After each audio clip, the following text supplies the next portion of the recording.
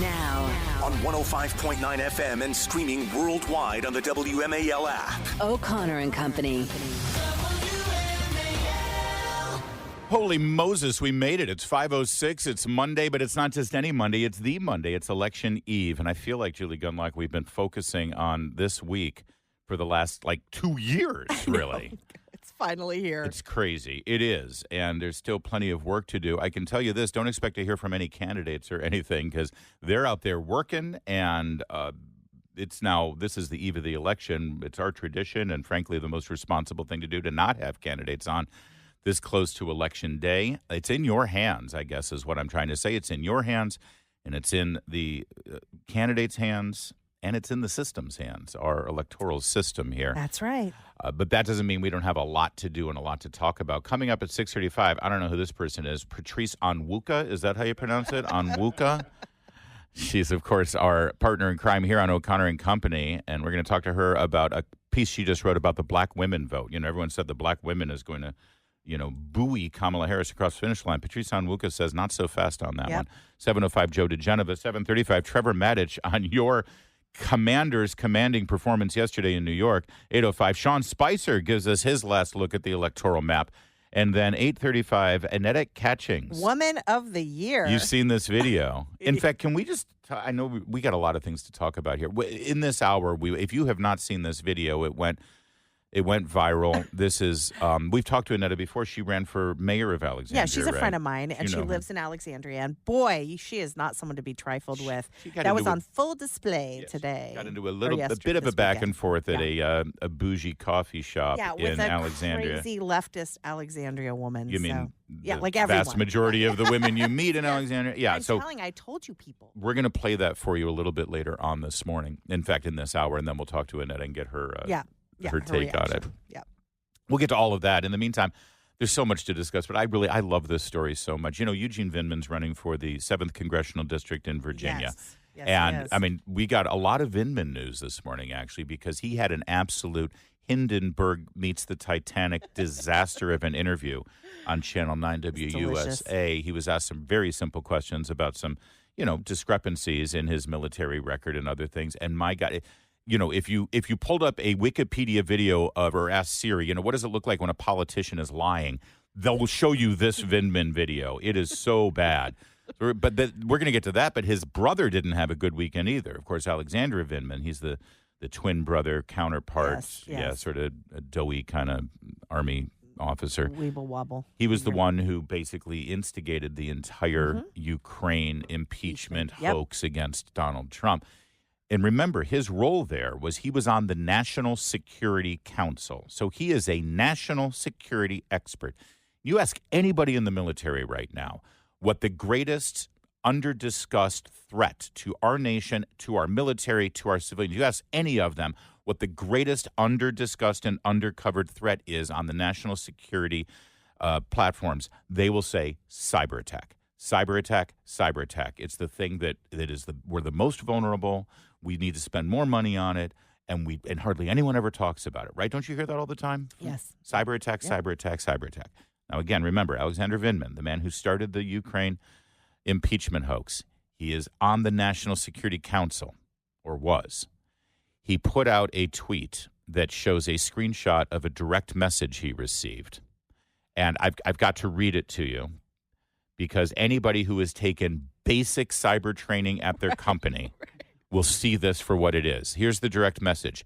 Hello, dear ex-user. Hello, dear ex-user. Yes, right exactly. there. Right there. You're like, this is not real. Right there. It's not real. Right. And then it says, your account is under review for possible copyright violations. To submit your feedback within the specified time frame, kindly fill out the form provided below. If you do not respond within 24 hours, your account will be deactivated.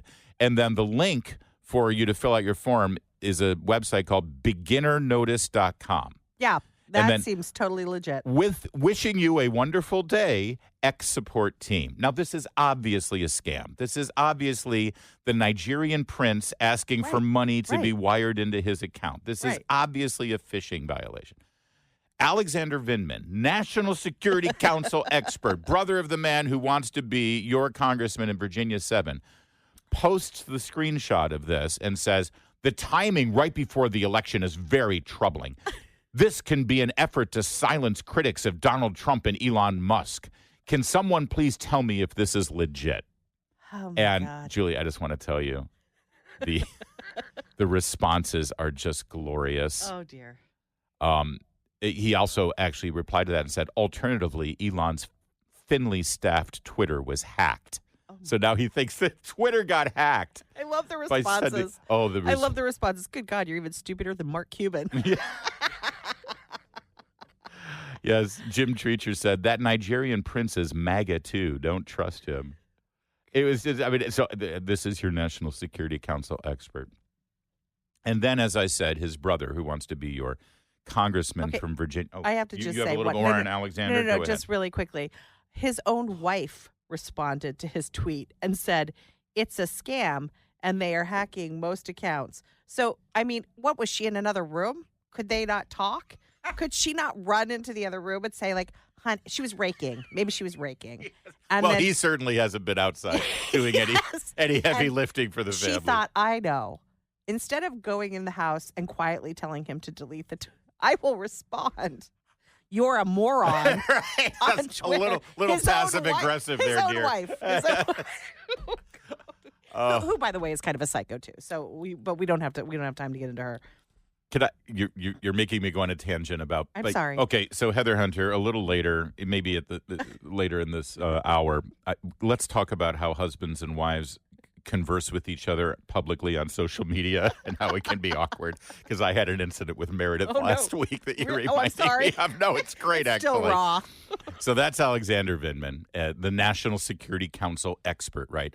Now here comes Brother Eugene, who also puts himself out there as a military and Security Council expert. The problem is, he's going around saying, I was a colonel, I was a colonel, I was a colonel. Well, everybody knows in the military that if you reach the rank of lieutenant colonel, but you don't fulfill your full obligation when you are dangled the promotion of colonel, if you retire as a lieutenant colonel, you're a lieutenant colonel. At lieutenant colonel. Of course. This has been a big issue with how he's representing himself. There's a few other issues.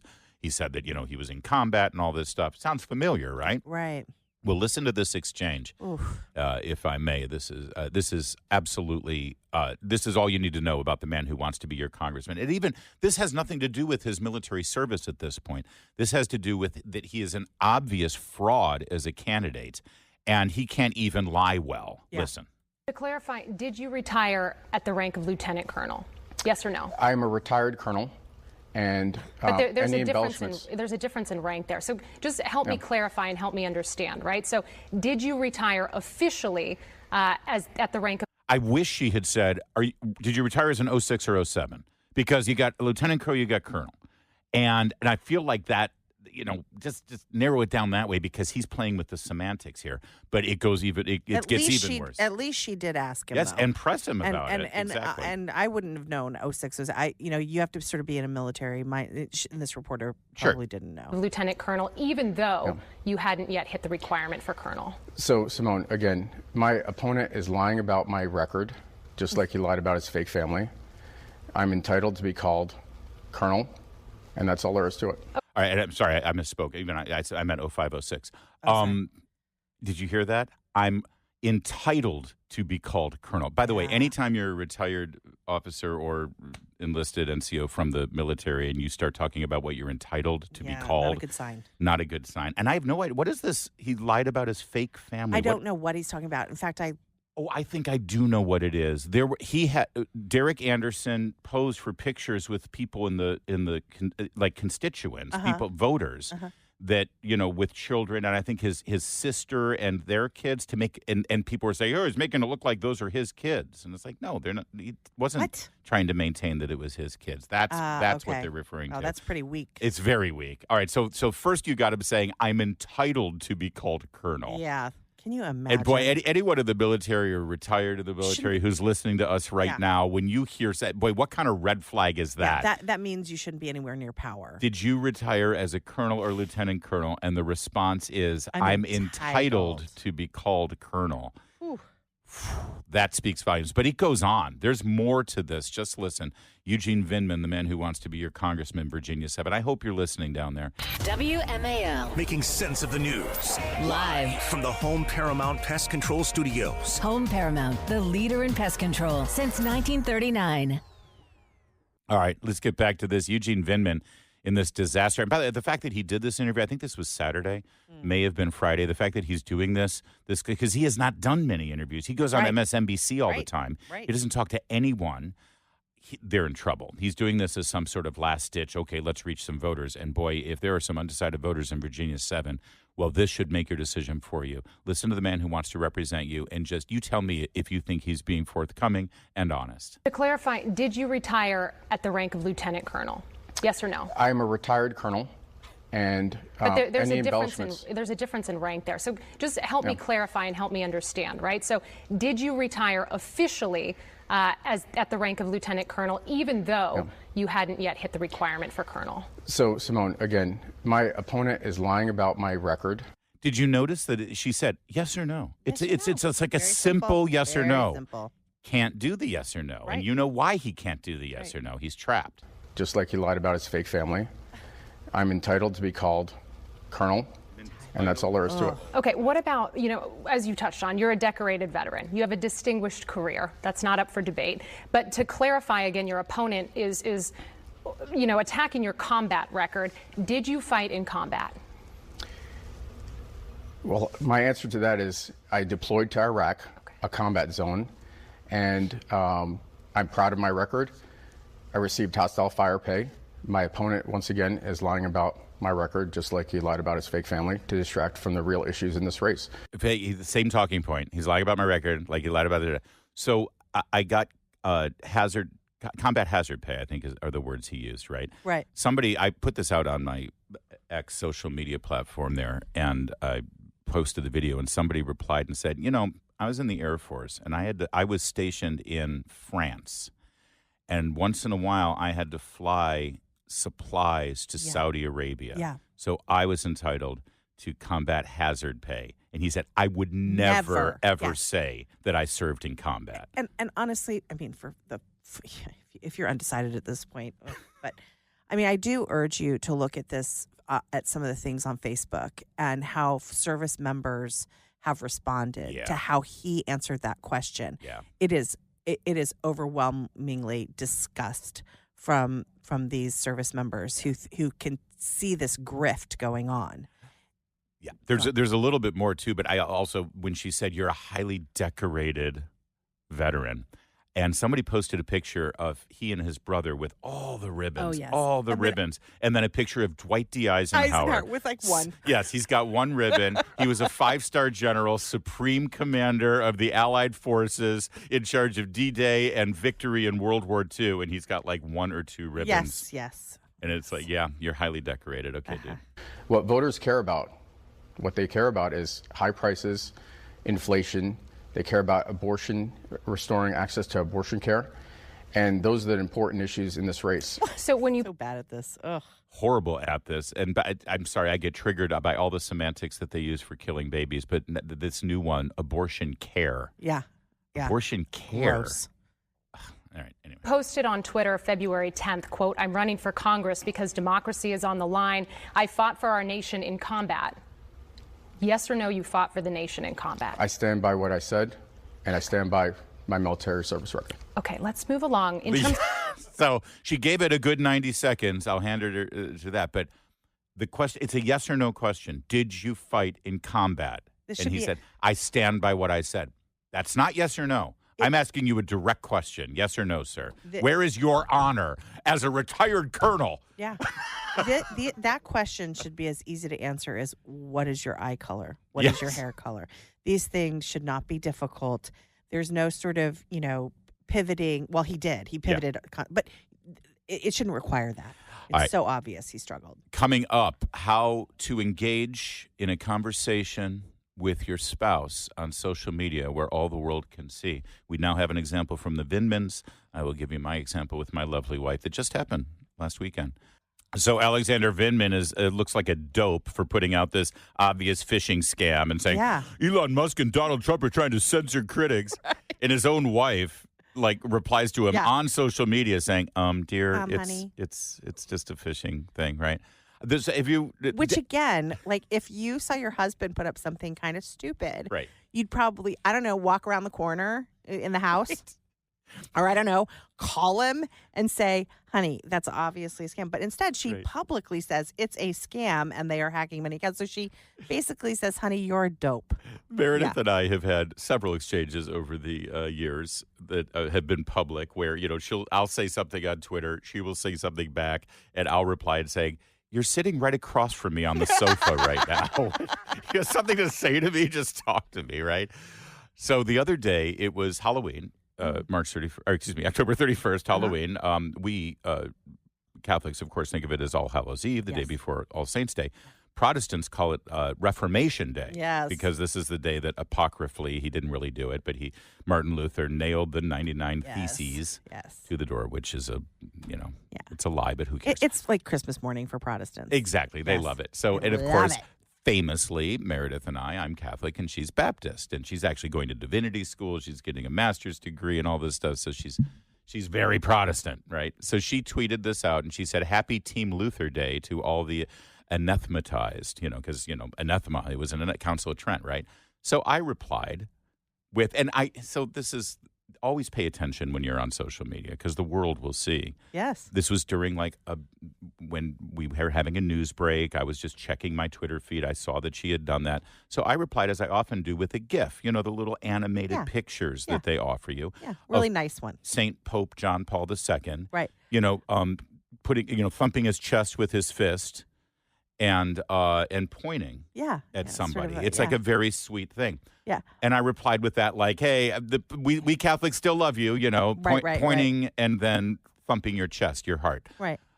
What I didn't know was this very famous animated picture of Pope John Paul II has been doctored. And when he points... So just to be clear, because I don't think there's a lot of people who don't use GIFs, right? Mm-hmm. You see a clip of it in the library. You can pick one, and you click on it and send it. So I clicked on it and sent it. Didn't realize, and she replied saying, "Oh my God, your students at Hillsdale will see this. What are you doing?" And I was like, "What's wrong?" And I looked, and it had been doctored, and John Paul II, a saint, is giving her the finger. Has she been? That was on Halloween. Have you been talking to her since? Has she forgiven you? It was a rough weekend. It's 5:30 on O'Connor and Company. Be careful on social media with your loved ones, kids. WMAL-FM, Woodbridge, Washington, a Cumulus media station. Making sense of the news. News Talk 105.9. News now.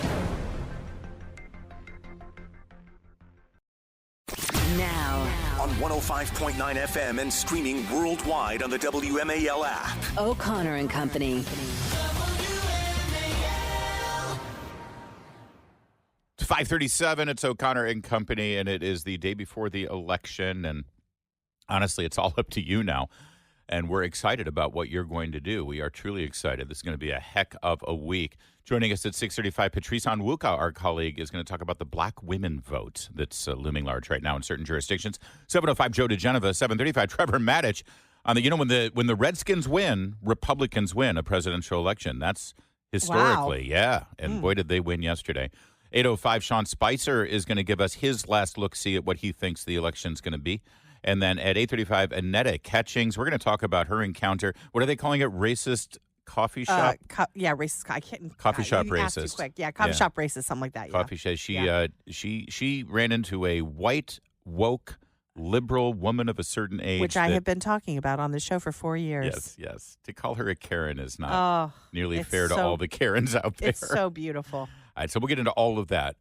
But first, honestly, we're hesitant to put this story under the category of critter news because critter news, generally speaking, is a lighthearted escape from the reality that we some face. Sad things. The zebra's dying, Yeah, it was still kind of funny. It was kind of funny. Well, when the zebras were on the loose, yes, it was fun. It was funny. Yes. It didn't have a happy ending. No. And nor does this story. And this is also, frankly, beyond just being a sad story about the death of a beloved little critter, to be specific. But it also is an allegory for government overreach and dictatorial power at the hands of Democrats. As he was blindsided on Wednesday morning when agents from the State Department of Environmental Conservation came looking for his famous squirrel. I was just going through my daily routine of feeding all of our 71 rescue horses at our nonprofit animal rescue. Midway through that, a line of DEC officers, about 6 to 8 of them, showed up and gave me a warrant for a squirrel and a raccoon.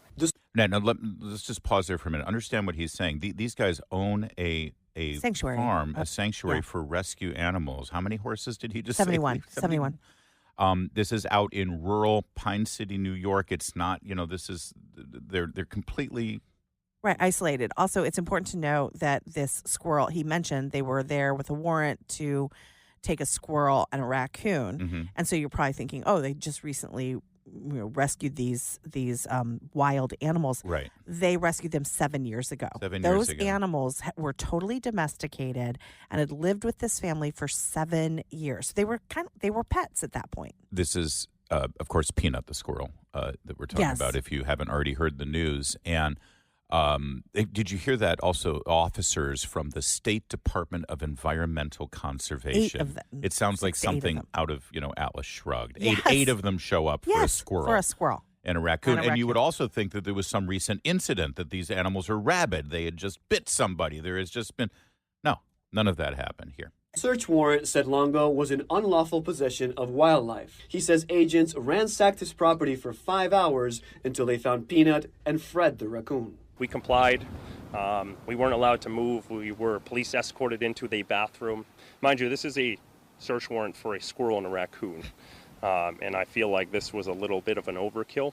You'd think. And by the way, it should also be pointed out the whole reason that they knew that this squirrel was there and the raccoon is that they have this husband and wife, the longest they are social media stars. They have Instagram videos, influencers that show this squirrel totally domesticated. Yes, and they raise awareness. They take videos of the squirrel and Fred the raccoon, and they post it, and then they make money off of it, which then goes to help their sanctuary. Pay for their thing, yes. I will also say the squirrel and the raccoon were both injured. The squirrel's mother, he was just a little kit, I think is the word, and his mother was hit by a car, and this Mark Longo found the baby squirrel, and they tried to release it back into but oftentimes when you rescue animals, they can't go back. Especially anyway, if so they're I babies, just want that, because you hear all these things, well, wild animals shouldn't be in houses. Well, again, 7 years, rescued as a little baby, and could not be re-released. So what are you supposed to do with these animals? Yeah. They will be eaten if you re-release. They won't, or they'll starve to death. So anyway, go on. Longo says he was working on the necessary paperwork to be able to legally own Peanut as an educational animal. You're not only hurting my family by taking Peanut away from me, but you're also hurting the organization that we started on the back of a rescue squirrel. We named this organization Peanut's Freedom Farm because he has been such a big portion of my life and so many people around the world. We promoted the fact that squirrels are not good pets. They don't deserve to be inside, but there are rare occasions where you stumble on an animal that unfortunately can't survive in their normal habitat. That's the only reason why Peanut was ever a rescue animal. Longo says he rescued Peanut 7 years ago in New York City after the squirrel's mom was hit by a car. He says he rehabbed Peanut and tried to release him into his backyard. But Longo says Peanut never developed the instincts to survive outside. After Peanut was attacked by an animal and lost half his tail, Longo let Peanut live in his home. And then he became best friends with my cat. So that's when we turned to social media. We put some funny and silly videos out there, and the internet loved him. He became the world's most famous squirrel. They're talking about Peanut in past tense because, long story short, Peanut was seized. Fred the raccoon was seized by government officials, ripped from the home, and then euthanized. That's Killed right. them.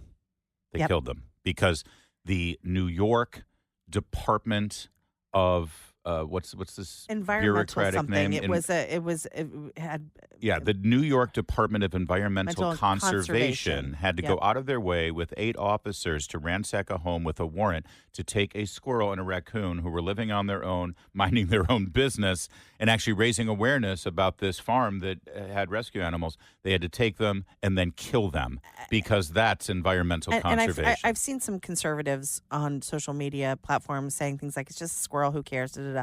this isn't about, of course it's about the squirrel. No, I said this is an allegory for government exactly overreach. right. This is Yes, authoritarianship. Exactly right. We can do whatever we want. Yes, and also when you consider that New York has some other problems, maybe it should be focusing on and sending 8 officers with a warrant signed by a judge to seize a squirrel and a raccoon. Think this through for a moment. Peanut the squirrel and Fred the raccoon were investigated more than Jeffrey Epstein's client list. It's 5:43. Download the WMAL app to stream us for free. This day before Election Day 2024, late-breaking stories and events could absolutely affect the outcome, not just for the White House, but for the Senate and for the House. And, well, a hero emerged out of the Granite State of New Hampshire over the weekend. One Lily Tang Williams, who is running for a congressional seat there, against Jake Sullivan's wife, by the way. Oh, this is so nauseating, this thing that happens where, maybe they have like a ski lodge up there, right? Because they're gajillionaires making money off of the swamp here in D.C. So it's like, why don't you go run for that seat up there, which is exactly what she's done. Carpetbagging. Running as a Democrat. And there's something going on in New Hampshire right now, by the way. Bill Clinton is up there.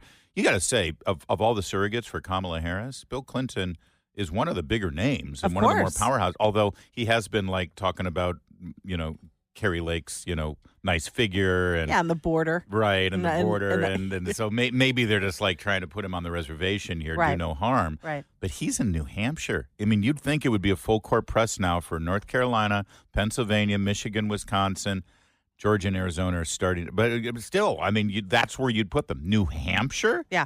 Why New Hampshire? Mm-hmm. Very interesting, isn't it? Yep. Of the liberal New England states, New Hampshire is the most conservative, or certainly the most independent, libertarian-minded, let's say. So, and Lily Tang Williams, the seat that she is running for, has a history of being represented by a Republican, a recent history, actually.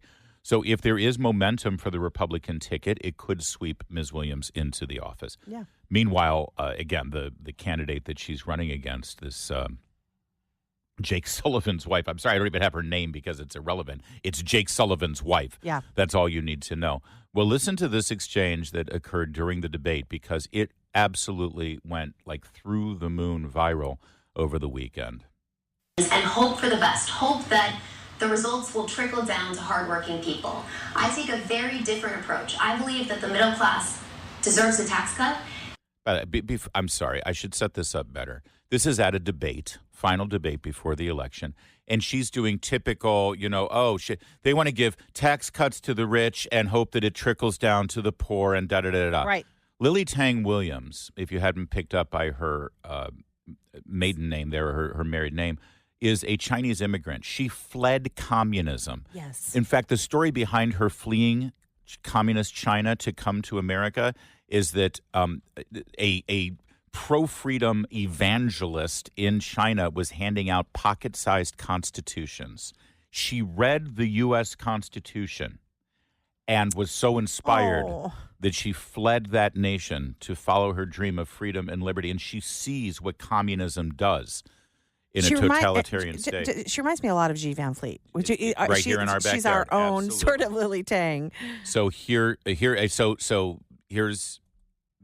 Jake Sullivan's wife, this Maggie carpetbagger. Goodlander, by the way. Maggie Goodlander, who is just your typical wealthy Democrat carpetbagger, lives all her time in D.C., married to a high-profile man, goes back to this district to take the seat, and then it's very Liz Cheney-like, actually, if you think about it. Totally perfect, yes. And here she is chastising Ms. Tang Williams on her economic illiteracy. And I believe that we will do a lot for this country by ensuring that we don't continue this disastrous tax policy. Ms. Tang Williams.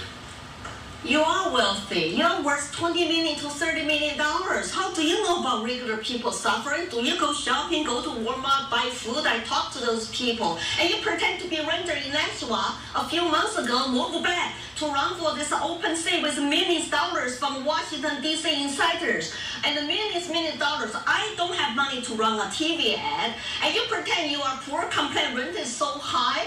You couldn't save that apartment for other people to rent in Nashua. Just go back to your $2 million home in Portsmouth. Please don't say that, because you do not understand regular people's concern. People cry in my arms on District 2. Listen, I hear that this is a D+10 seat right now, but if there is any justice in the world, and if New Hampshire is anything like the live free or die state that it once was, Ms. Williams just snatched victory from the jaws of defeat in this race. She deserves to represent that district. She absolutely does. Brava. According to her biography, she fled at the age of 23 with $100, and she made her American dream came true. And she constantly speaks out about against the Chinese Communist Party. And it was fascinating to see the wife of Joe Biden's national security advisor, rendered speechless and immobile against the actual victims of communism sitting right next to her, and she's clueless about what to say. I mean, again, the Republican Party is increasingly becoming the party of diversity, and of original thought, and of immigrants. Exactly. We've got our own Hung Kao running here. God bless him and his campaign, but he has a similar message. Mm-hmm. And this is the Republican Party of the future. And the Democrat Party is, white, wealthy, suburban, college-educated, over-educated, liberal white women. Coffee house hanging out racists. Yes. Your neighbors. That's right. Speaking of angry, racist, white, liberal women, we're going to share with you what happened in Alexandria over the weekend, coming up in just a moment. Might trigger you, but you'll love it. It's 5:53. Or are they broken? In fact, do you judge yourself? Do you? Well, it's time to do something about this. It's Vince, and if you don't know about Cascades One, you should. Cascades One is a revolutionary full-mouth implant